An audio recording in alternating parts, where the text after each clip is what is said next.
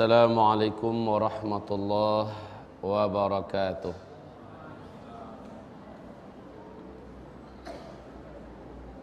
Alhamdulillahi rabbil alamin, wal aqibatu lil muttaqin, wala udwana illa 'alal zalimin.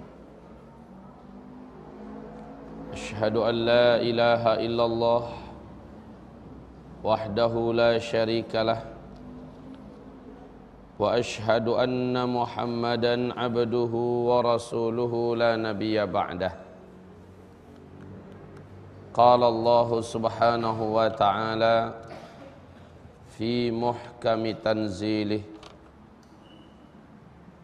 ba'dal a'yadhi billah minasy syaithanir rajim. Ya ayyuhalladzina amanu ittaqullaha haqqa tuqatih wa la tamutunna illa wa antum muslimun. Wa qala subhanahu wa ta'ala ya ayyuhan nas ittaqu rabbakumul ladzi khalaqakum min nafsin wahidah wa khalaqa minha zawjaha wa batha minhuma rijalan katsiran wa nisaa'a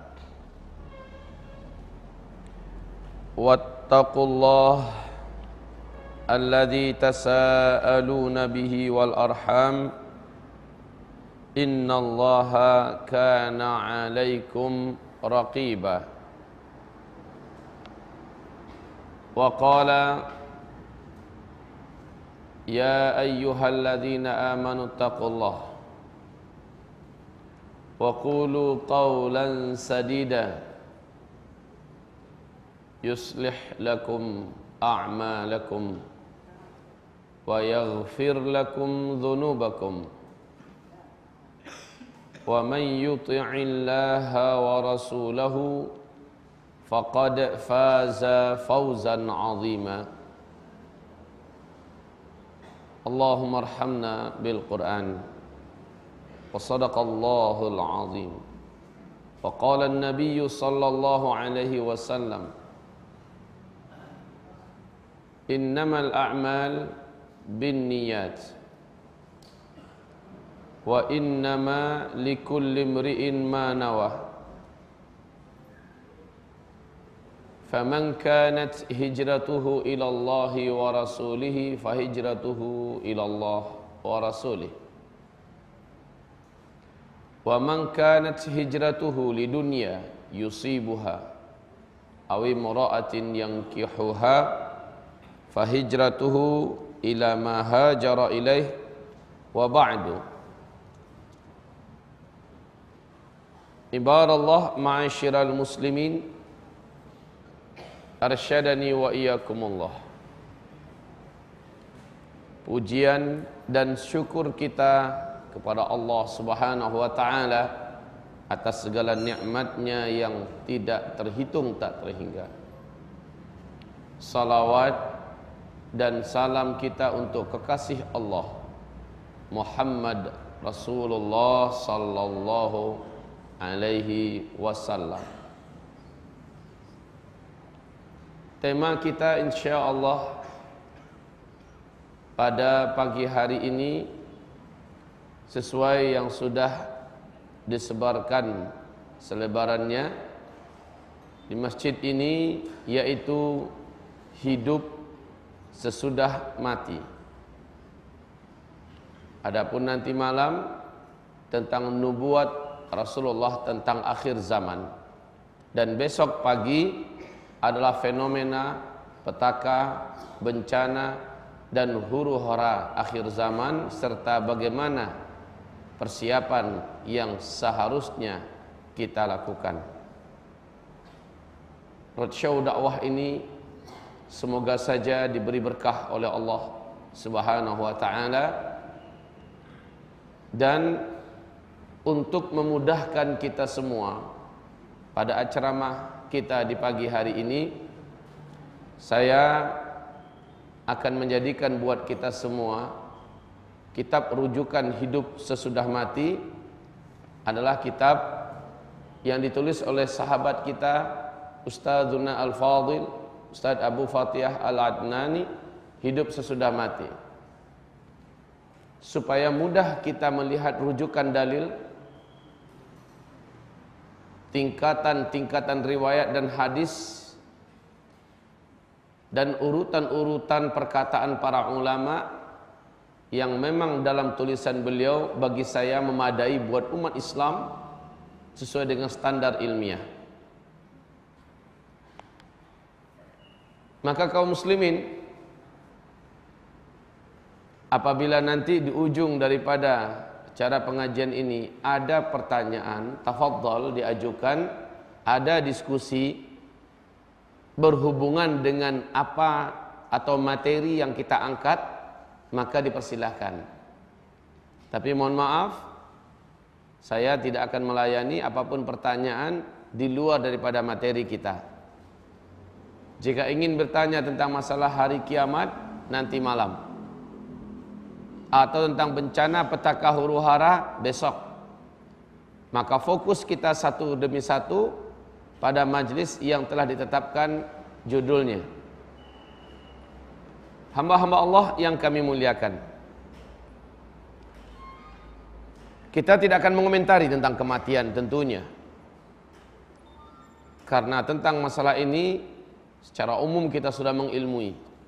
Akan tetapi yang akan kita bicarakan adalah tentang kehidupan setelah kematian ini. Dan itulah sebenar-benarnya kehidupan. Di dalam buku ini sudah ada disediakan satu tabel perjalanan hidup manusia, di mana kita lihat di bawah alam dunia. Di kehidupan alam dunia kita saat ini ada di sini. Lalu kita masuk kepada kehidupan alam barzakh, yang insya Allah kita akan uraikan hakikat daripada alam barzakh, perjalanan roh dan arwah masing-masing kita di alam kehidupan berikutnya. Ibarat Allah, kafir dan mukmin, kullu nafsin dha'iqatul maut. Barulah nanti ujung daripada segala urusan adalah terjadinya kiamat, penghancuran alam semesta. Kemudian tiupan berikutnya, diciptakan kembali segala apapun yang pernah dulu Allah ciptakan tapi dalam wujud dan bentuk yang lain. Kemudian tiupan ketiga, bangkitlah manusia dari kubur-kubur mereka seluruhnya. Padang mahsyar.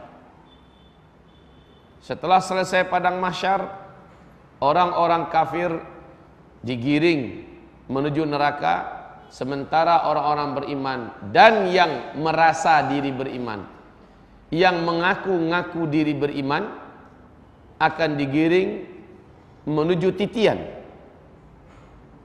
Di situ nanti akan terpisah antara orang beriman dengan orang munafik. Orang beriman diberi oleh Allah cahaya sesuai dengan kadar amalnya dulu di dunia. Dengan cahaya itu dia meniti jalan titian. Adapun orang munafik, la nura lahum, tidak ada cahaya pada mereka. Akhirnya mereka masuk jatuh ke dalam jurang api neraka yang kedalamannya sampai 70.000 tahun baru nyampe ke dasar. Ma'asyiral muslimin yang kami muliakan, jadilah ahli neraka masuk ke dalam neraka, dan jadilah ahli surga masuk ke dalam surga. Taib, karena pembicaraan kita ini adalah pembicaraan ilmiah, saya berharap nanti kalau saya anjurkan buka halaman sekian, harap kita membukanya dan kita pelajari hadis itu bersama-sama. Kita lihat nomor demi nomor urutan perjalanan roh, dan dengan ini kita mendapatkan apa-apa yang perlu kita ketahui secara ilmiah. Silakan diambil lembaran ininya dan dibuka. Saya akan menunjukkan skema secara sederhana terlebih dahulu, baru kita mulai kepada kisah perjalanan ruh saat ruh keluar dari badan. Tafadhol lihat terlebih dahulu. Ini adalah kita alam dunia.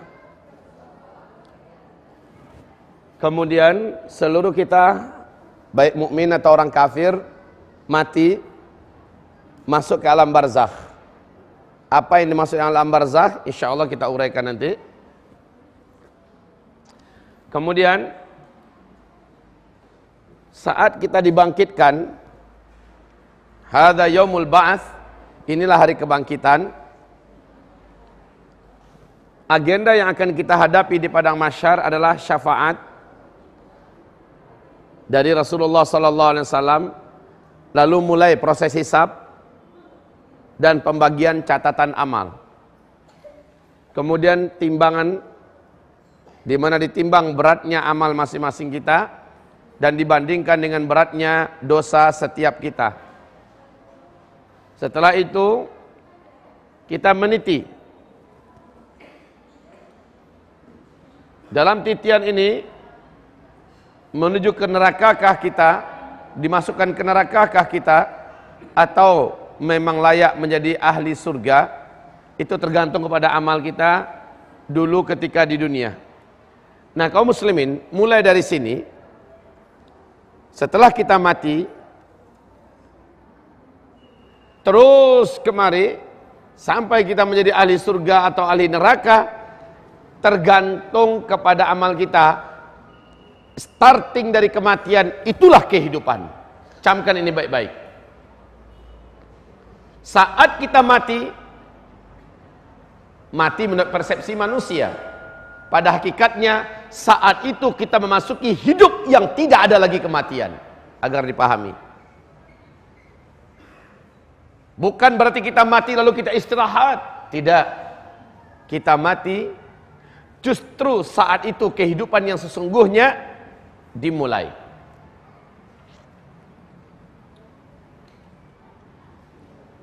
Pada saat itulah dalam surah Al-Munafiqun berkata orang-orang munafik, ya laitani, wahai kiranya diriku, ya, wahai kiranya diriku ditangguhkan sedikit saja kematian.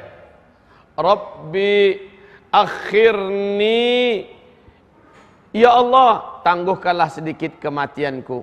Berikan aku tambahan umur sedikit saja. A'malu salihah, akum minas salihin, fa'atasaddaqu. Macam-macam kalimat mereka yang Allah sebutkan dalam redaksi ayat Al-Quranul Karim. Ya Allah, tambahkanlah umurku, walau hanya sebentar. Aku akan perbanyak sedekah, aku akan perbanyak amal, wa akun minas salihin. Dan aku berjanji ya Allah, jika engkau beri sedikit tambahan umur, akun minas salihin, pasti aku akan termasuk dan jadi orang-orang yang saleh. Al-ana ya Rabb, sekarang wahai Allah, sekarang penuh dadaku dengan keimanan, berilah aku kesempatan balik sebentar ke dunia.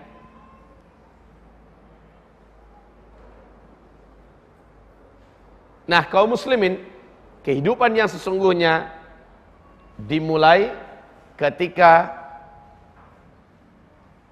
kematian terjadi pada setiap kita. Maka bodohlah orang-orang yang tidak mengetahui perkara ini, sehingga mereka menyangka kematian adalah lari dari segala masalah. Ma'asyiral muslimin yang kami muliakan, ingat, sekarang buka halaman yang ke-49. Mari kita telaah hadis Rasulullah berikut ini, dan kita muliakan kata-kata Rasulullah sallallahu alaihi wasallam berikut ini di dalam hadis yang sahih, di mana Imam At-Tirmidzi, Ibnu Majah, Al-Hakim dari Abu Hurairah, Rasulullah sallallahu alaihi wasallam bersabda, ini lafaznya juga dari Utsman ibn Affan. Qala Nabi sallallahu alaihi wasallam, innal qabr, sesungguhnya kuburan itu, awwalu manzilin min manazilil akhirah, adalah tempat dari pertama-tamanya tempat. Jadi tempat-tempat akhirat itu banyak. Tempat yang pertama dari akhirat, ibarat Allah, mana spidol kita? Oh, taib ibarat Allah yang kami muliakan, pembatas kehidupan manusia dengan kehidupan setelah kematian disebut dengan barzakh. Saya buat seperti ini barzakh. Makna barzakh, ya ibadallah, makna barzakh yaitu dinding gaib yang maha kokoh. Itu makna barzakh. Dinding gaib yang tidak dapat ditembus oleh apapun dan oleh siapapun. Itu arti barzakh secara bahasa. Di dalam surah Ar-Rahman, Allah berfirman, marajal bahraini yaltaqiyan bainahuma barzakhun la yabghiyan. Marajal bahraini yaltaqiyan. Allah yang telah memberikan barzakh di antara dua laut yang saling bertemu. Aneh, Pak. Laut yang sebelah sini kadar garamnya berbeda dengan laut yang sebelah sini. Warnanya pun beda. Coba, di mana itu lautnya? Di mana lautnya? Tak tahu. Dunia sudah tahu, kita tak tahu. La haula wala quwata illa billah. Saya anggap ini musibah, Pak. Perkara yang begini sederhana kita tidak tahu, cari di Google. Buka Mbah Google, Mbah tanya Mbah, di mana laut? Pertemuan dua laut. Marajal bahraini yaltaqiyan bainahuma barzakhun la yabghiyan. Di YouTube juga bisa dilihat, ya. Dua laut yang mana kedua laut tersebut bertemu di satu area. Anehnya, ikan yang sebelah sini tidak dapat tembus ke sebelah.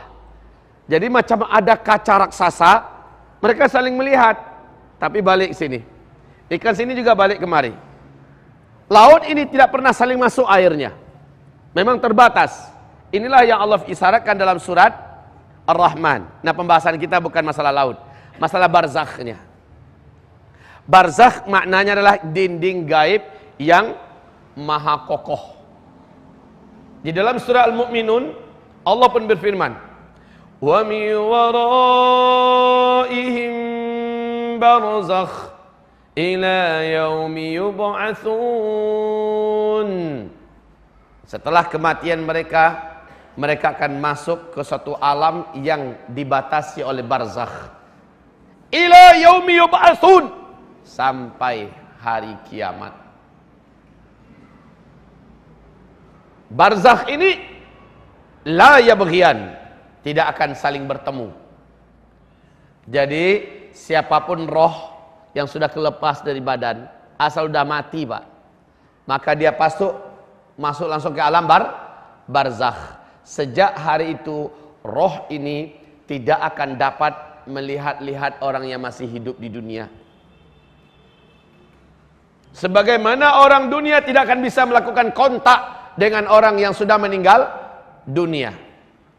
Dengan ini terbongkarlah batilnya akidah yang mengatakan bahwa 3 hari pertama setelah kematian roh itu masih ada di kamarnya, tempat di mana dia meninggal dunia. Dia melihat siapa yang datang, siapa yang pergi, siapa yang ketawa, siapa yang menangis. Seminggu setelah meninggal dunia, roh itu masih di dalam rumah, tidak lagi hanya di kamar. 1 minggu, 40 hari setelah kematiannya, roh tersebut masih ada di area rumah. Dalam rumah, kadang-kadang dia ke halaman, bolak-balik selama 40 hari, masih di situ. Kemudian pada hari-hari berikutnya, roh tersebut akan datang setiap Kamis malam Jumat. Ini ternyata keyakinan seperti ini didapatkan dalam kitab suci agama Hindu. Tapi umat Islam karena ilmu kurang, ngaji males, baca juga nggak mau, akhirnya percaya. Saya bahkan ayahanda kandung saya sendiri sebelum saya ke Mesir dulu, sempat-sempatnya menasehati kami anak beranaknya. Kami 9 orang bersaudara. Saya masih kelas 1 SD, ummi saya meninggal dunia. Apa kata Abuya yang tercinta? Ya baru sebatas itulah ilmunya. Setiap Kamis malam Jumat, kata Buya kepada kami, nak, periuk jangan dihabisin betul nasinya, tinggalin walaupun sedikit. Kerak juga nggak apa-apa, pokoknya ditinggalin. Nanti makmu datang, umimu datang, dia lihat nggak ada nasi di periuk, sedih dia, berarti anak-anaknya nggak makan sehari ini. Itu bahasanya. Karena kita kecil ngerekam dengan sempurna. Lah ketika kita di luar negeri, ya, kita pulang, beliau ikut pengajian saya kemana saya pergi, lama kelamaan beliau tobat sendiri dari pemahamannya yang sebenarnya tidak benar. Jadi kaum muslimin, orang kalau sudah meninggal masuk ke alam barzakh, tidak akan bisa melihat apapun di balik barzakh itu. Tidak ada kisah penampakan-penampakan. Si Anu yang mati gantung diri melakukan penampakan di gedung Anu. Rumah itu tidak mau laku-laku, nggak berani orang ngontrak-ngontrak. Kalau ada orang tinggal di sana pasti mengalami gangguan. Katanya perempuan yang dulu bunuh diri di sana sekarang sering menampak-nampakkan diri. Akhirnya rumah itu kosong, tidak berani dihuni oleh siapapun. Dikontrak murahkan pun nggak ada yang mau, bahkan digratiskan untuk tinggal di dalam juga nggak mau. Saya pernah pesan begini Pak, pengumuman. Saya pasang pengumuman di mana-mana provinsi. Kalau ada rumah berantu, karena banyak penampakan roh orang-orang yang mati zaman penjajahan Jepang, roh orang yang mati zaman penjajahan Belanda, atau si Anu meninggal mati gantung diri, sering menampakkan diri. Lalu rumah itu mau dijual dengan harga murah. Dari harganya 1 M sampai harga 200 juta pun masih mikir orang mau beli Pak. Saya kasih tahu cepet, kasih tahu saya beli. Bodoh amat sih. Lo yang nampak-nampakkan diri itu siapa? Setan. Itu aja konsep dalam Islam. Setan. Dan Allah mengharamkan kita takut kepada mereka. Innama dzalikumus syaitan. Itu setan, kata Allah Subhanahu wa taala, itu adalah setan. Fala takhafuhum, kamu jangan takut kepada mereka. Wa khafuni, mestinya kamu hanya takut kepadaku. In kuntum mu'minin, kalau kamu orang beriman. La ilaha illallah, takut sama setan udah enggak zamannya. Tapi sekarang yang dimunculkan di TV-TV adalah acara-acara setan yang buat orang-orang pada kemasukan setan. Kembali kita kepada topik kita. Tidak ada itu semanis jembatan Ancol. Tidak ada itu penghuni-penghuni gaib dari manusia-manusia mati yang tidak diterima di tanah, di Cibubur. Banyak betul cerita yang macam itu Pak. Sekali lagi, kita tidak mempercayai adanya keyakinan di luar yang diajarkan Rasulullah. Seperti bisa memanggil roh yang sudah mati, memanggil roh yang sudah mati. Lalu belajar ilmu dengan rapalan-rapalan mantra-mantra tertentu, kemudian masuk arwah Bruce Lee ke dalam tubuhnya. Dia mulai melakukan gerakan-gerakan Bruce Lee. Setan yang masuk, jin yang masuk. Dan sekali dia masuk, jangan pernah berpikir dia mau keluar. Justru itu yang dinantikannya. Justru itu yang diinginkannya. Kapan dia dapat masuk ke tubuh kita. Sekali dia diundang dan kita membukakan jiwa kita, dia masuk. Sekali dia masuk, selama-lamanya dia akan bertahan di situ. Dan dia akan menghirup kehidupan kita sehingga kita lari daripada fitrah kita. Dia akan menyebabkan kita banyak tersiksa, sakit. Kaum muslimin yang kami muliakan, kita telah buktikan dalam ruqyah syar'iyah. Kami sering memberikan pelatihan ruqyah syar'iyah, bagaimana meruqyah secara mandiri. Jangan bergantung pada ustadz. Jangan percaya lagi dengan ruqyah ini ruqyah itu. Sudah lakukan sesuai dengan diajarkan Rasulullah, dengan Al-Quran, dengan hadis yang sahih. Nah, kaum muslimin, kita buktikan bahwa yang menyebabkan orang ini sakit adalah setan yang terlaknat. Kenapa setan bisa masuk? Salah satunya dia diundang oleh manusia. Lewat apa? Lewat acara-acara, mantra-mantra, ritual-ritual, atau dosa-dosa besar yang dengan melakukan itu mereka melihat peluangnya masuk ada. La haula wala quwata illa billah. Baik kaum muslimin, agar topiknya tetap fokus, barzakh adalah alam yang sudah dibatasi dengan dinding gaib. Tidak ada cerita, sekali lagi, adanya pemanggilan roh. Pak, di YouTube ada beberapa tempat di Indonesia, termasuk beberapa titik di dunia, di mana ada orang yang sudah mati, tapi mayatnya masih jalan-jalan. Benar tidak? Ada beberapa titik di Indonesia, mayatnya sekian minggu masih boleh jalan-jalan, masih bisa jalan-jalan, padahal sudah mati. Dah, kalau orang beriman yang diberi oleh Allah anugerah ilmu, dia langsung tahu setan ini. Cukup bapak azan saja sekali, dia serang jalan tuh langsung kelepes, langsung jatuh. Kenapa? Setannya ngacir. Begitu kaum muslimin. Kita nggak bisa dibodoh-bodohi. Umat Islam ini umat yang dibuat cerdas oleh agamanya. Hamba-hamba Allah yang kami muliakan, yuk kita baca hadis tadi di halaman 49. An Utsman bin Affan, dari Utsman bin Affan, qala, ia berkata, inna Rasulullah sallallahu alaihi wasallam qala, sesungguhnya Rasulullah yang mulia berkata, innal qabra awwalu manzilin min manazilil akhirah, sesungguhnya kuburan itu, kubur itu satu tempat di antara tempat-tempat akhirat. Ibaratnya kaum muslimin, tempat transit. Kalau bapak mau ke tanah suci Makkah, bapak naik pesawat apa? Pesawat Qatar Airlines umpamanya. Naik pesawat Etihad, itu pesawat miliknya Uni Emirat Arab. Mesti bapak diajak transit dulu di negaranya, yaitu Dubai.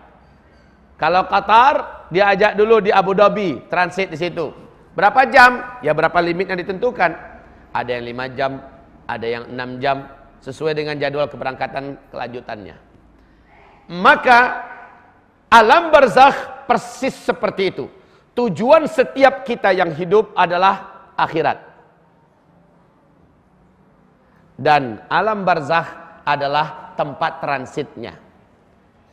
Dengarkan hadis ini lanjutannya. Fa inna ja minhu fama ba'dahu aisar minhu.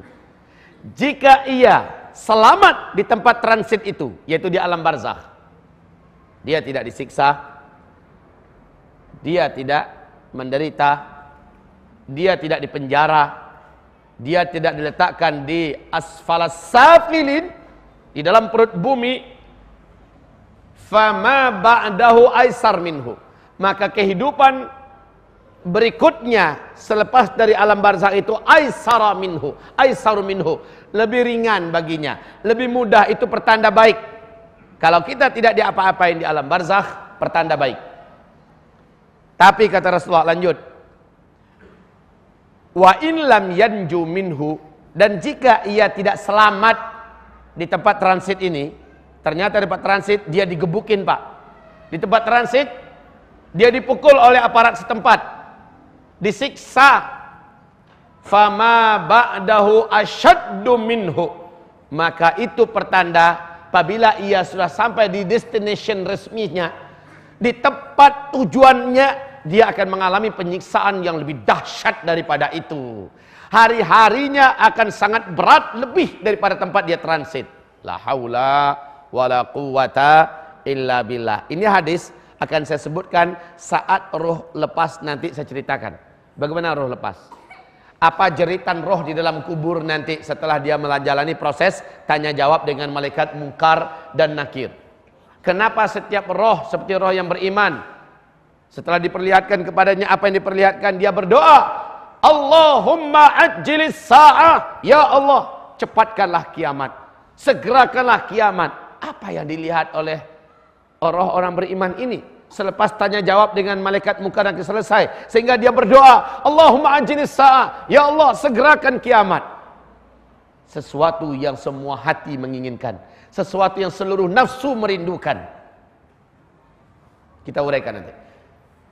Lalu kenapa roh orang kafir, roh orang-orang munafik, penjahat-penjahat ketika hidup di bumi, ketika selesai pertanyaan jawab dengan malaikat Munkar Nakir di alam kubur, lalu diperlihatkan kepadanya apa yang pantas untuk dia lihat sebagai akibat hasil daripada amalannya yang hitam ketika hidup di dunia. Lalu dia berdoa kepada Allah. Pak, berdoa di alam kubur loh ini. Siapa yang berdoa? Si kafir, si munafik, si mujrim, si ahli maksiat. Dia berdoa, Allahumma ajjilis sa'ah, Allahumma ajjilis sa'ah, ya Allah lambatkanlah kiamat, lamakanlah lagi datangnya kiamat. Kenapa?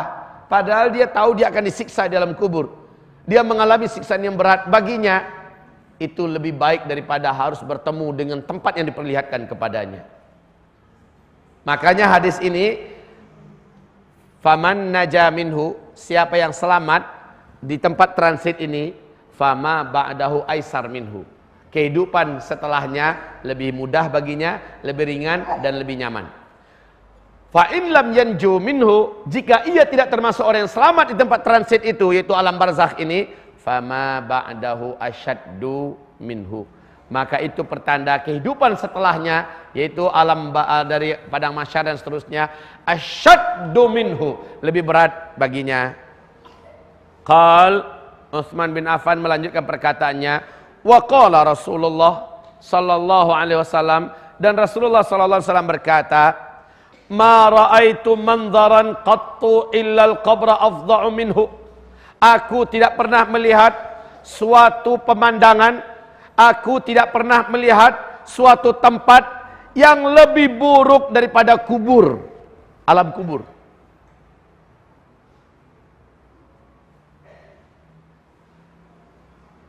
Nabi sudah pernah dibawa jalan-jalan ke surga. Nabi telah pernah dibawa keliling dari Masjidil Haram ke Masjidil Aqsa. Sempat naik ke lapis langit pertama, kedua, ketiga, lalu sempat melihat kondisi neraka. Apa sabda Rasulullah tentang pengalaman spiritualnya saat dia dibawa oleh malaikat Jibril dan malaikat Malik menuju ke alam kubur, yaitu alam barzakh. Pemandangan yang dilihatnya membuat beliau menangis terseduh-sedan. Ketika dia terjaga atau terbangun, istrinya bertanya, apa yang menyebabkan engkau sebegini berat tangismu? Salah satu jawaban Nabi, ma ra'aitu manzaran afza', ya, afza'u minhu. Aku tidak pernah menemukan adanya pemandangan yang lebih menakutkan, adanya pemandangan yang lebih mengerikan melebihi pemandangan yang ada di alam barzakh, yaitu alam kubur. Tentu saja khusus untuk para penjahat, untuk orang kafir. Apa yang akan dialami oleh roh, insya Allah kita uraikan. Kalau seandainya waktu kita cukup untuk pagi ini, kita akan sampaikan. Baik, ma'asyiral muslimin yang kami muliakan, mari saya bacakan sebuah hadis yang panjang dari riwayat Imam Muslim. Hadis ini tentu saja dalam kitab Sahih Muslim. Saya tidak akan bacakan matannya karena sangat panjang, Pak. 2 lembar setengah atau 4 halaman lebih. Panjang sekali, bagus saya bacakan saja. Apanya yang saya uraikan di sini? Cerita Rasulullah yang mulia sallallahu alaihi wasallam tentang ruh saat lepas dari badan kita. Bapak pernah tahu perjalanan ruh, Pak? Pernah tahu perjalanan ruh saat dia lepas? Ada yang pernah coba? Belum ada ya. Siapa tahu ada yang punya pengalaman, ceritain testimoni di sini. Mati suri. Kaum muslimin yang kami muliakan, selama dia masih hidup sebenarnya dia belum mati. Ya. Karena kematian itu kata Rasulullah, bahkan Rasul sendiri berlindung kepada Allah dan memohon kepada Allah, Allahumma hawwin alayya sakaratil maut, ya Allah, ringankanlah sakarat ini. Ya, saking beratnya sakaratul maut itu. Kita tidak akan cerita tentang sakarat, kita langsung cerita tentang perjalanan ruh. Ibadallah, ma'asyiral muslimin yang kami muliakan. Rasulullah bersabda, ada dua calon mayat. Yang satu beriman, soleh, taat semasa hidup. Yang satu lagi, dia adalah mujrim, musyrik, kafir, munafik. Tipe yang seperti ini jelas kelompoknya di kelompok B. Tipe yang pertama di kelompok A. Nabi berkata, saat si mukmin akan meninggal dunia, dia melihat ke atas langit 70.000 malaikat turun ke bumi dengan wajah yang seindah-indah rupa seluruhnya, senyum cerah-cerah dan ceria, enak, nyaman mata memandang, tenang hati melihatnya, bersih-bersih penampilan mereka. Turun, hanya dia seorang diri melihat. Kalaupun ada keluarganya di sekitarnya, keluarganya tidak mampu melihat. Kadang-kadang dia mungkin berkata, dia panggil salah satu nama keluarganya, kok banyak tamu yang datang? Kadang-kadang dia melihat.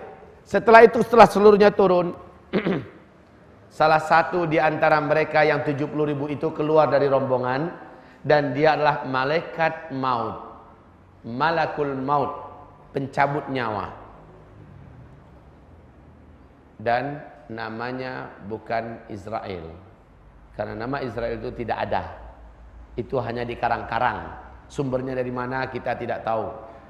Yang disebutkan oleh hadis adalah malakul maut. Dalam Al-Quran juga malakul maut. Kaum muslimin, malaikat maut ini kata Rasulullah sallallahu alaihi wasallam, segera saja ini kepala calon mayat yang beriman, manusia yang akan dicabut nyawanya. Malaikat maut ini berdiri tepat di bagian kepalanya, lalu mulai mendekatkan dirinya dan duduk. Dan kata Rasulullah, malaikat ini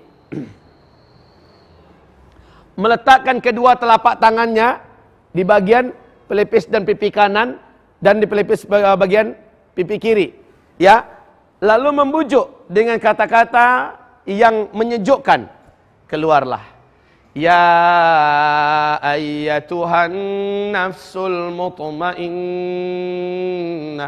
irji'i ila rabbiki radiyatan mardiyah fadkhuli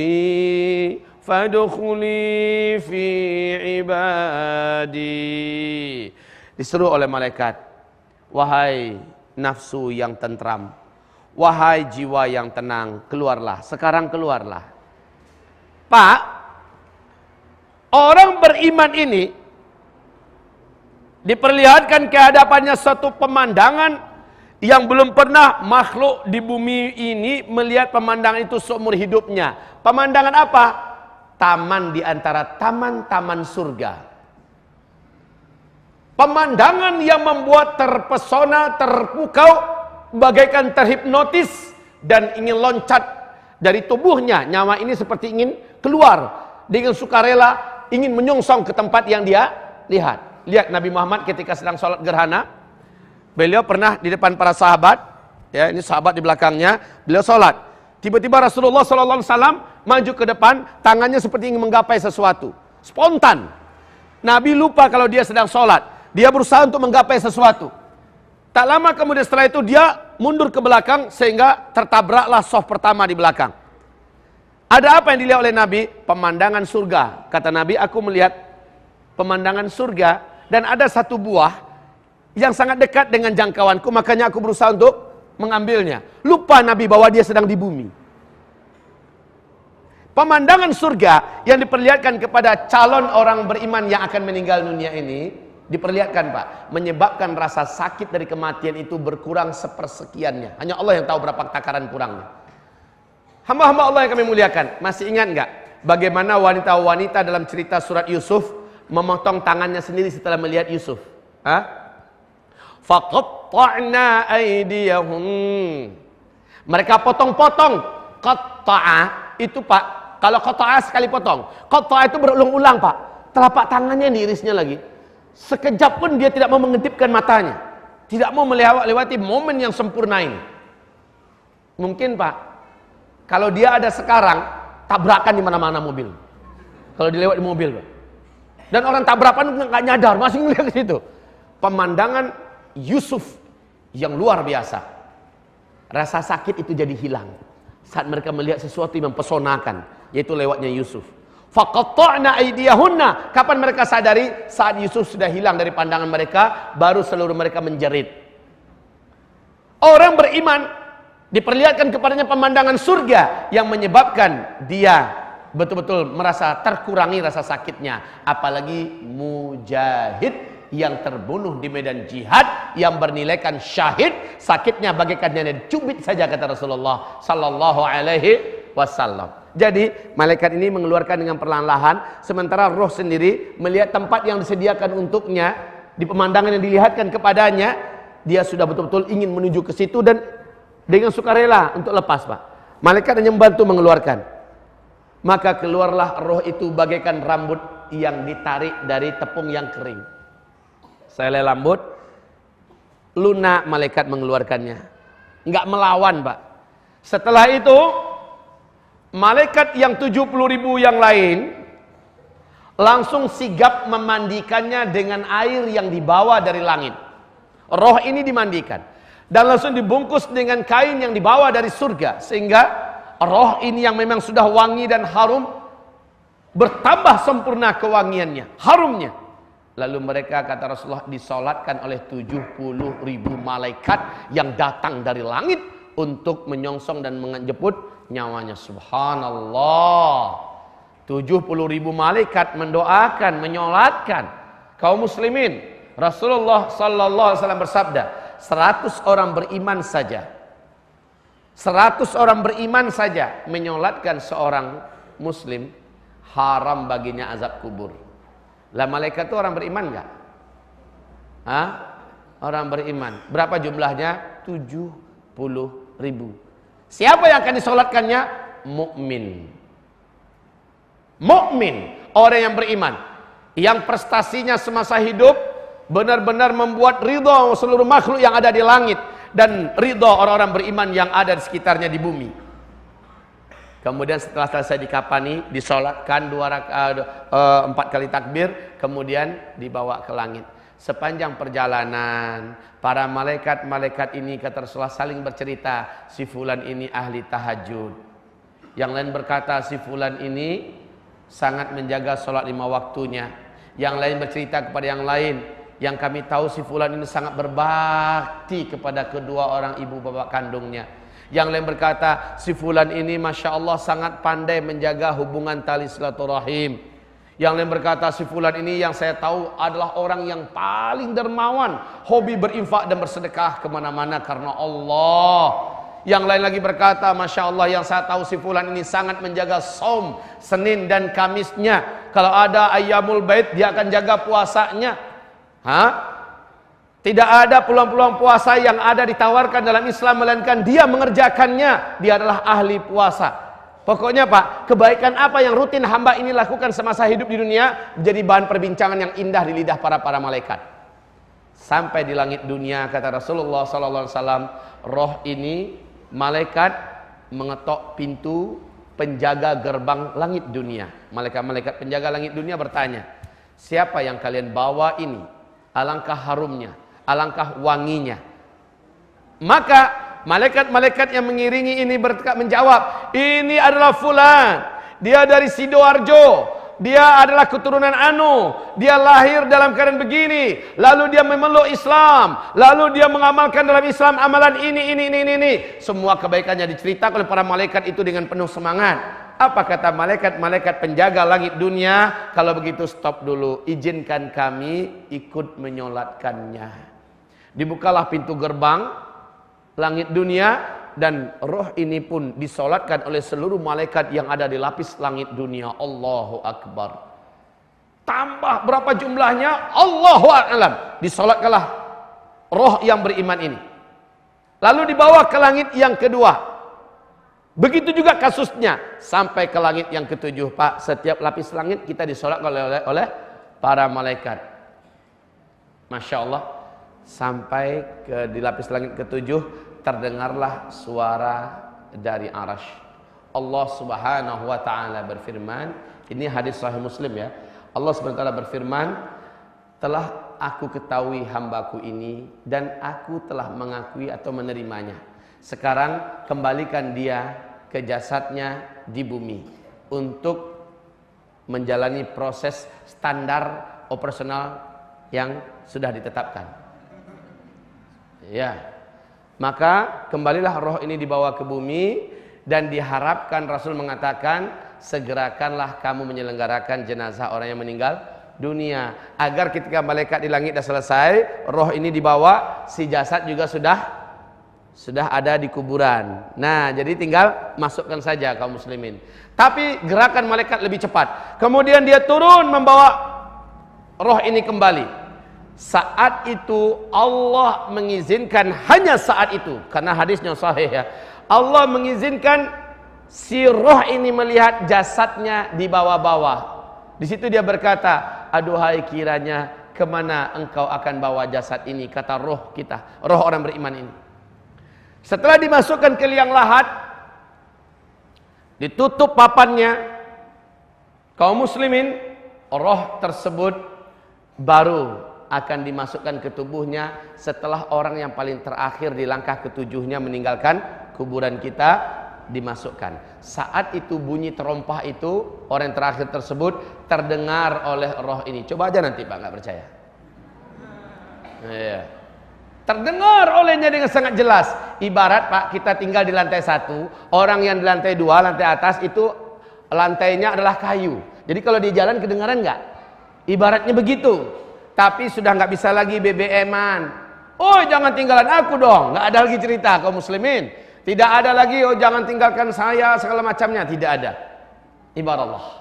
Saat itu didatangilah dia oleh dua orang malaikat yang kedua bola matanya merah, bagaikan api yang membara.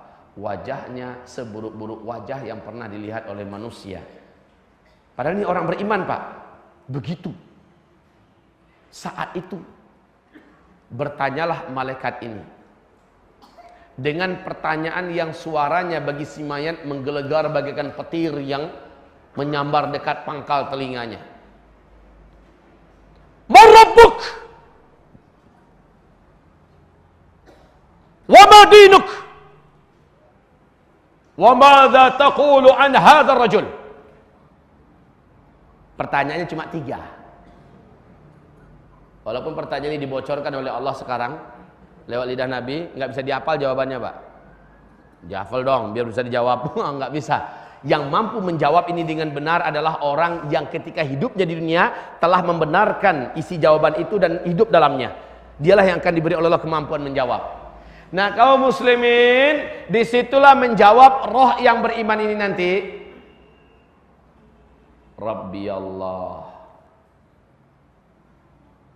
dini al-Islam, wa hadzal rajul Muhammadun Rasulullah sallallahu alaihi wasallam. Roh yang beriman akan menjawab dengan benar.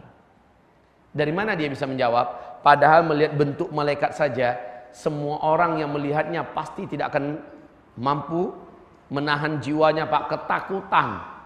Allah berfirman, yuthabbitullahu alladhina amanu fil hayatid dunya wal akhirah.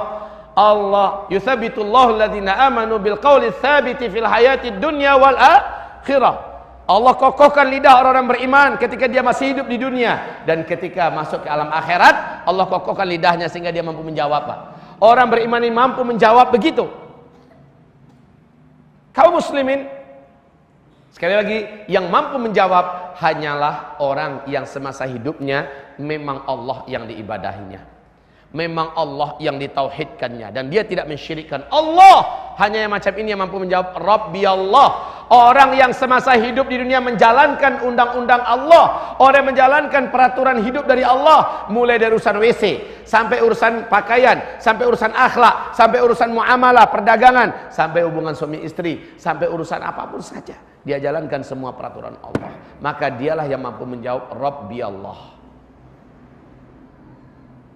Dia mampu menjawab dini al-Islam adalah orang-orang yang memang betul-betul ketika hidupnya di dunia dia memasukkan dirinya ke dalam dinul Islam kafah, ya, kafah. Lalu dia mampu menjawab wa hadza rasul Muhammad Rasulullah sallallahu alaihi wasallam. Wa hadzal rajul Muhammad Rasulullah. Orang yang mampu menjawab begini hanyalah orang yang betul-betul menjunjung tinggi yang mulia Muhammad Rasulullah sallallahu alaihi wasallam dan berpegang erat dengan sunnahnya, mengamalkan sunnahnya. Dia mampu menjawab.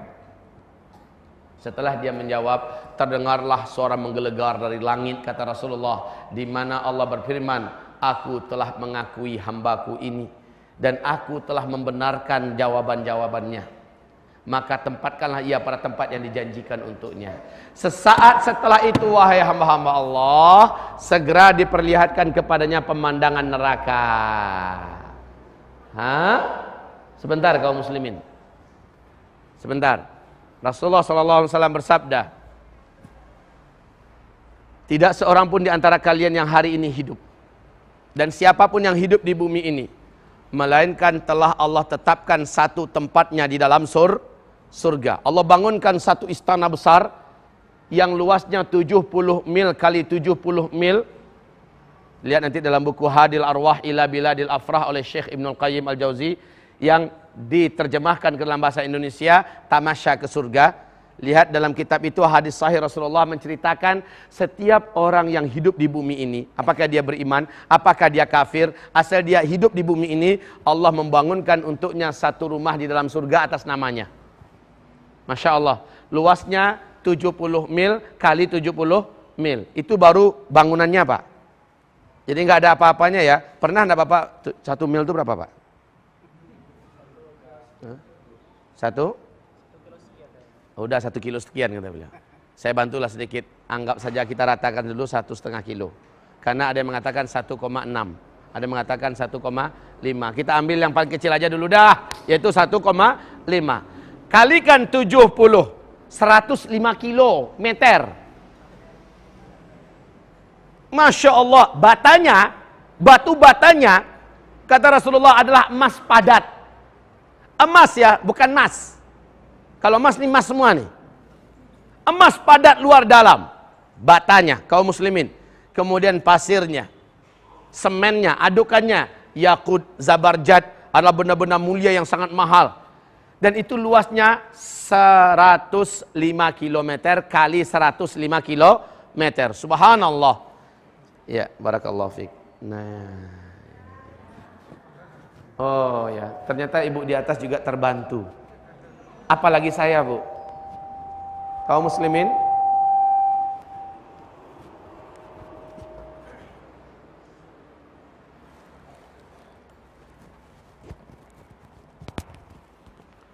hamba-hamba Allah yang kami muliakan, diperlihatkan kepadanya pemandangan surga. Apa yang dia lihat? Namanya tertulis itu. Istana ini adalah milik, namanya siapa, Pak? Bambang. Milik Pak Bambang. Namanya Pak Ibrahim. Subhanallah. Istana yang itu tertulis di depannya Ibrahim. Pemiliknya nanti adalah Ibrahim.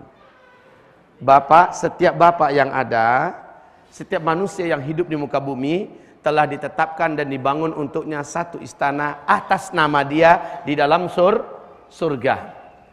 Ibrahim, Bambang, Zulkifli, Muhammad Ali. Iyalah harus masuk. Kaum muslimin, selanjutnya, tidak seorang pun di antara kalian, kata Nabi, yang hari ini hidup di sini, melainkan saat ini sudah ada namanya di dalam neraka. Pak Ibrahim, sudah ada nama Pak Ibrahim dalam neraka, Pak. Sudah ada pintu khusus, di dalamnya adalah ruang penyiksaan dengan alat-alat siksa yang belum pernah terbayang oleh manusia. Dan tertulis di pintu itu, inilah tempat tinggalnya Ibrahim, orang Sidoarjo. Nah, Bapak juga, Pak. Bapak juga. Sudah ada namanya Bapak, Pak Bambang. Di dalam neraka, Zulkifli juga. Biar adil gitu, Pak ya. Memang benar seperti itu. Siapapun yang hidup di bumi ini, satu namanya dan tempatnya telah tersedia di dalam neraka hari ini. Dan satu nama dan tempatnya juga sudah tersedia di dalam surga hari ini. Maka kaum muslimin, kita lanjutkan kisah roh tadi. Dibukakan kepadanya satu pintu gaib, di mana di situ dinampakkan ada satu pintu kamar penyiksaan, dan apa-apa penyiksaan yang ada di dalam itu tersedia, dan di pintu itu tertulis nama dia. Maka ketakutanlah orang beriman ini, yang dalam kubur itu ketakutan melihat di mana tempatnya telah tersedia. Masya Allah. Bapak akan lupa nanti ceramah saya nih, Pak. Bapak hanya akan ingat nanti ketika Bapak sudah selamat dari azab kubur, Bapak diletakkan di tempat yang tinggi, baru Bapak cerita, benar ya apa disampaikan oleh Ustaz Zulkifli dulu, benar ya yang ada dalam buku hidup sesudah mati dulu, dan seterusnya. Jadi dilihat pemandang neraka, ketakutan. Namun apa kata dua malaikat ini, Munkar dan Nakir? Allah telah menyediakan tempatmu di sini dan engkau harus disiksa di sini. Tapi karena engkau mengalahkan hawa nafsumu dalam kehidupanmu di dunia, engkau tundukkan jiwamu kepada Allah, engkau masuk ke dalam Islam secara benar, engkau ikuti Rasulullah, maka tempat ini disegel selama-lamanya darimu. Kau tidak akan pernah memasukinya. Dari ketakutan yang begitu dahsyat, langsung lepas lapang. Karena berarti dia tidak akan pernah menjadi penghuni tempat itu. Dan tempat itu adalah di neraka. Benar-benar menakutkan. Lalu setelah itu kata Rasulullah, dibukakan lagi pemandangan baru. Dan dihamparkan jalannya yang sangat indah. Diperlihatkan kepadanya istana yang maha indah. Maha indah ciptaan Allah di dalam surga. Di gerbangnya tertulis nama dia, Allahu Akbar. Dengan segala kenikmatan yang tersedia, calon-calon istri yang ada di dalamnya. Ya Allah, ya Rabbi, hati meloncat-loncat kegirangan, badan ingin langsung meluncur ke sana. Saat orang beriman ini berusaha berjalan ke situ, ditanya oleh malaikat, mau kemana boy? Ke situ, itu kan tempat saya. Sebentar, sabar.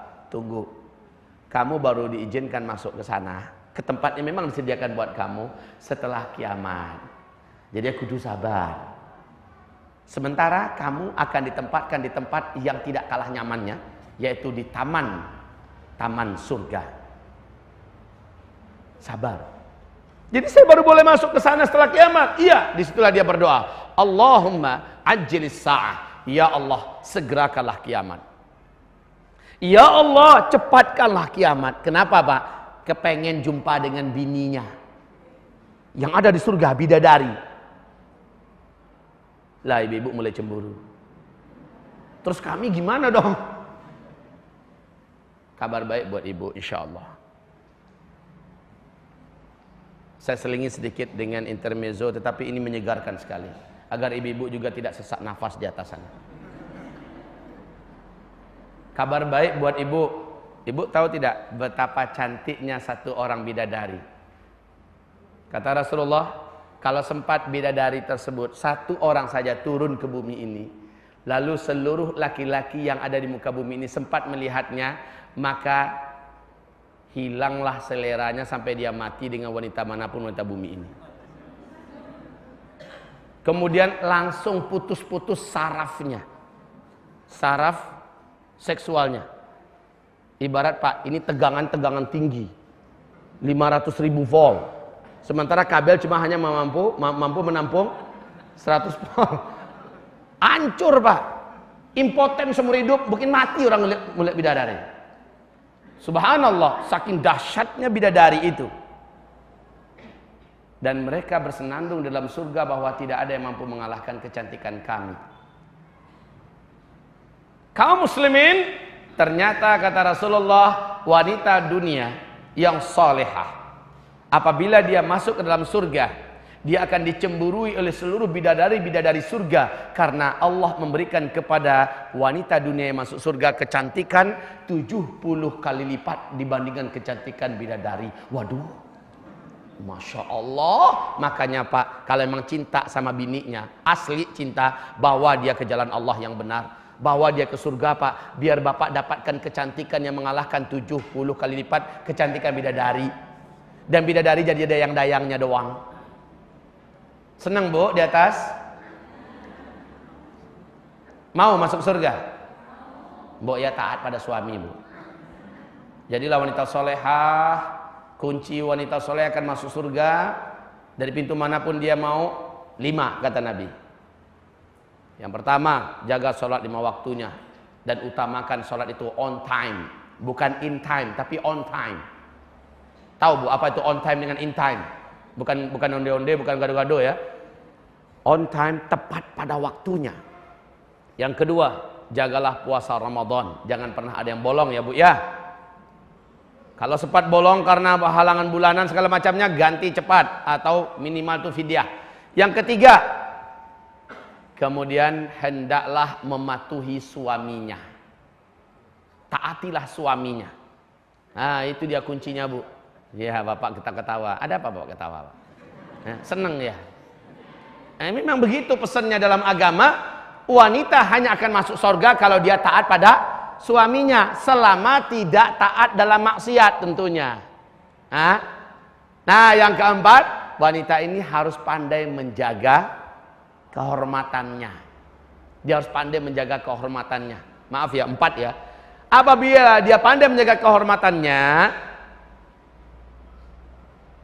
qila laha yaumal qiyamah, dikatakan kepada wanita tersebut pada hari kiamat nanti, udkhulil jannata min ayyi abwabil jannati syi'ti. Subhanallah. Masuklah kamu ke dalam surga dari pintu manapun dari pintu-pintu surga yang kamu mau. Silakan masuk. Baik, kita kembali kepada topik kita. Sampai di mana tadi, Pak? Saat dia melihat tempatnya dalam surga, dia ngeloncat mau pergi ke situ, ditahan oleh malaikat.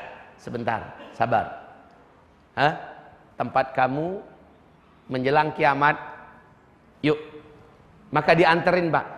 Dianterin seperti tamu terhormat ke suatu tempat di mana disebut dengan Raudhah min Riyadil Jannah. Pernah dengar ini?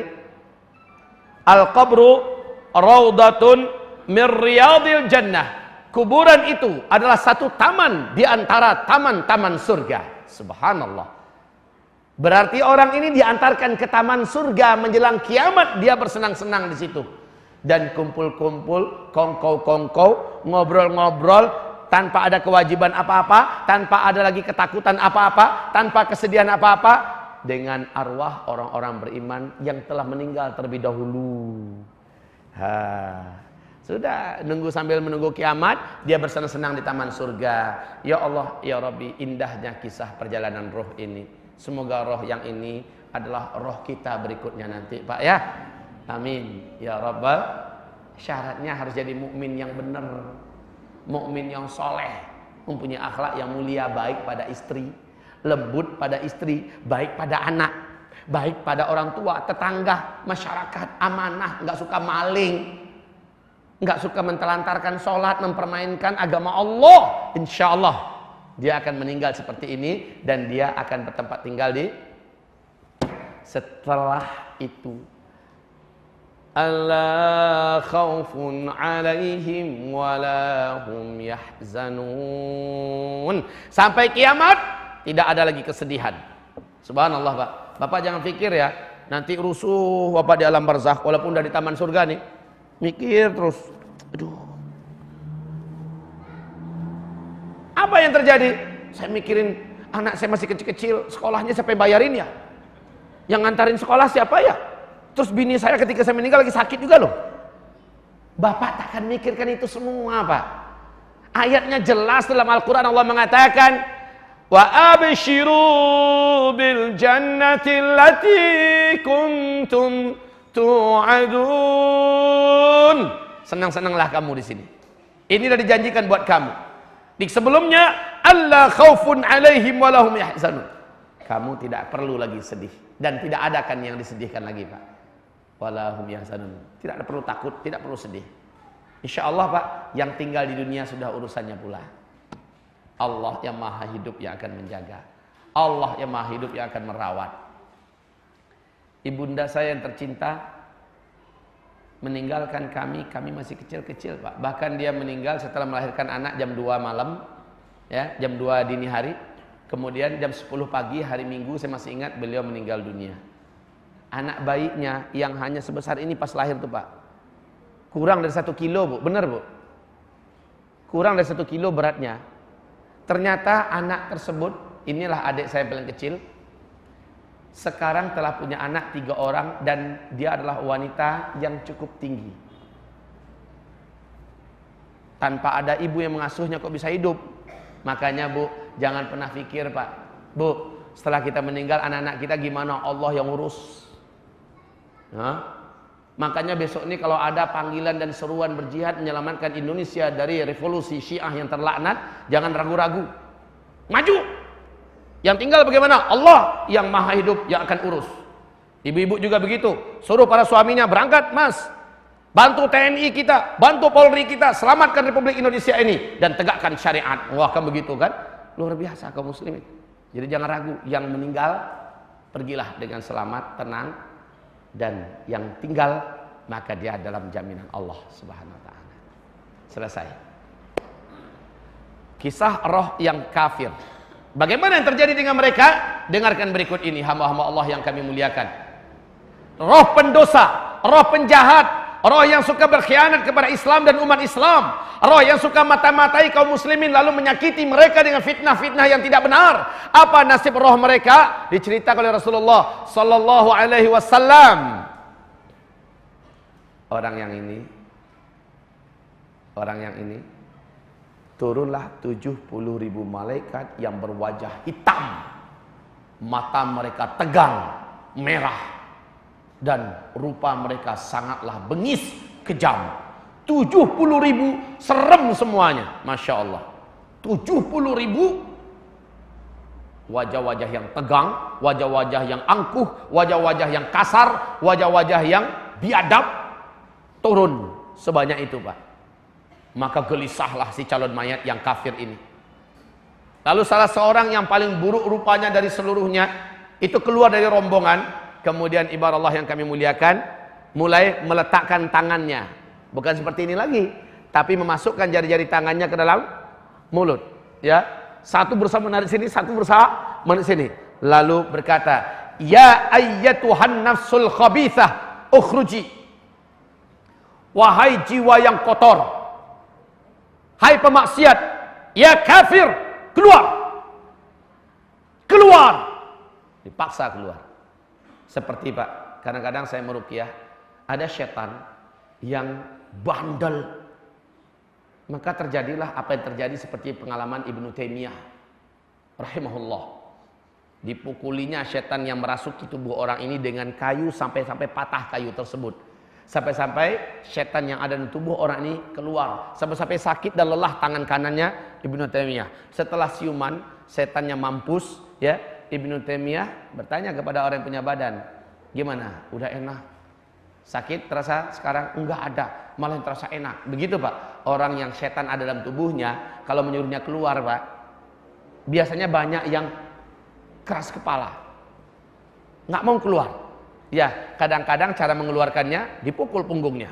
Ukhruj ya aduwallah. Lihat Nabi mengeluarkan setan yang mengganggu ibadah sholatnya seorang sahabat, kan datang pada Nabi, ya Rasulullah, saya selalu sholat tuh sering lupa, pikiran kemana-mana, rakaat juga sering lupa. Maka Rasulullah menghantam dadanya, tebuk, ukhruj ya aduwallah, ya, ukhruj ya aduwallah, keluarlah kamu hai musuh Allah. Itu level Rasul. Kalau level kita nggak cukup sekali, Pak, ya, gedebak keluar kamu hai musuh Allah. Kalau level Rasul, imannya saja sudah sangat ditakuti oleh setan. Kalau level kita, Pak, sampai 2 jam, Pak, capek nih. Ya, tepak, keluar kamu musuh Allah, keluar. Ya, saya keluar, ya. Itu ngeyel, Pak. Sampai dia muntah darah, sampai dia ini selesai. Baru bebas orang ini. Kaum muslimin yang kami muliakan, nyawa yang ada di tubuh kita yang suka buat mesum ketika hidup di dunia, yang suka berzina, yang suka korupsi, yang suka menipu, yang suka mengkhianati, yang suka melakukan hal yang tidak baik, yang dilarang, yang tidak diridhoi oleh Allah Subhanahu wa taala. Nyawa ini, Pak, ketika dia disuruh keluar, dilihatkan kepadanya pemandangan neraka, tempat tinggalnya yang ada di neraka. Dilihatkan kepadanya. Dilihatkan jenis siksaan apa yang akan ditanggungnya nanti, dan di situ tempatnya. Makin takut, Pak, makin takut, makin tidak mau meninggalkan tuh badan. Saya kok dari masalah arwah ke kucing, apa urusannya? Begini, maksud saya, pernah kan berinteraksi dengan kucing kan? Coba bawa kucingnya ke lantai atas, lantai tingkat 5, lalu pergi ke balkonnya, jatuhkan dia, Pak, kucingnya. Pasti kucing melihat ketinggian yang begitu tinggi, langsung mencengkeramkan kuku-kukunya ke kulit kita, betul tidak? Semakin kita paksa dia, kita lepaskan, semakin kuat cengkeramannya. Lalu makin sakit gak kita, Pak? Makin sakit karena dia tidak mau dilepas. Roh orang kafir, roh pendosa, dia tahu di mana tempatnya, maka dia akan cengkeram seluruh mili demi mili, ya. Seluruh inci demi inci daripada tubuh ini akan dipegangnya kuat-kuat sehingga kesakitan sempurna. Kata Rasulullah sallallahu alaihi wasallam, sesungguhnya kematian itu lebih hebat daripada digilas oleh bumi ini. Janganlah bumi lagi. Coba salah seorang di antara bapak pergi ke jalan lepas ke sana, suruh salah satu mobil tronton yang kosong, Pak, jangan berisi lah. Lalu bapak tiduran, kemudian digilas dari bawah sampai ke atas. Habis itu pengalamannya ceritakan di sini. Gimana rasa sakitnya? Lah orang yang mati, kata Rasulullah SAW, bagaikan digilas oleh bumi. Sakitnya. Sakaratul maut. Disitulah kata Rasulullah, orang ini akan merasakan regangan kematian yang menyakitkan.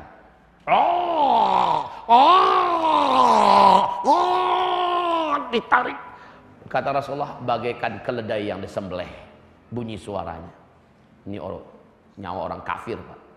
Pendosa, pemaksiat, kematiannya sangatlah tragis.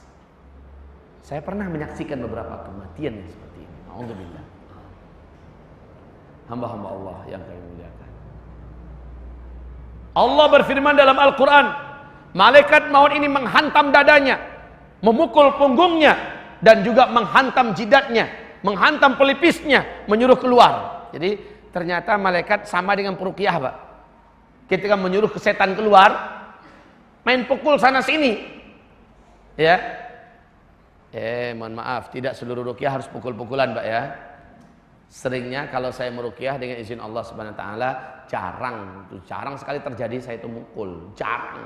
Mungkin ada 97% itu saya hanya meruqyah dengan ayat-ayat Allah Subhanahu wa taala, selesai.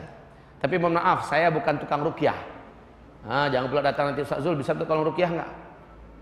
Selalu saya tolak itu, ya. Saya kalau hanya ada lapang waktu, sementara hamba Allah ini memang betul sedang kritis, waktu saya lapang, insya Allah saya tolong. Tapi kalau diminta jadi peruqyah, saya menolak, Pak. Ya, bukan meruqyah kerjaan saya. Cuman saya biasa memberikan ilmu bagaimana meruqyah mandiri. Baik, kita kembali kepada topik kita ini. Ibarat Allah yang kami muliakan.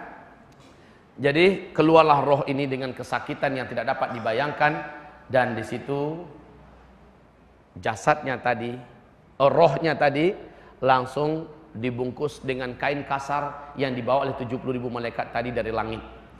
Bau busuk. Kemudian roh tersebut dibawa dengan hina, Pak, bagaikan bangkai anjing gila, dimasuk dalam karung, dibawa dengan hina, diseret-seret begitu. Lalu seluruh malaikat bercerita tentang kejahatan-kejahatannya dulu di bumi. Ini adalah orang yang suka berzina dengan istri tetangga. Ini dia ketika hidup dia sering mentertawakan orang-orang yang memakai jenggot. Ini orang ketika hidup di dunia dia sering mempermainkan agama Allah Subhanahu wa taala. Ini orang sering mengejek orang-orang yang sholat. Ini orang sering menghina Al-Quran. Ini orang sering, wah, semua kejelekannya diceritakan oleh para malaikat. Sampailah di langit dunia, ditahan oleh malaikat penjaga gerbang langit dunia. Dan berkata, alangkah buruknya, alangkah busuknya, siapa yang kalian bawa ini? Maka diceritakan oleh para malaikat, ini adalah penjahat ini. Ini. Apa kata malaikat penjaga gerbang langit dunia? Stop, jangan pernah dia masuk dan saya tidak izinkan. Saya tidak izinkan dia melewati lapisan langit dunia ini. Gerbang itu ditutup rapat-rapat. Lalu terdengarlah suara dari langit, campakkan dia kembali ke bumi untuk menerima apa yang telah dijanjikan kepadanya sebagai balasan atas kejahatan-kejahatannya ketika hidup.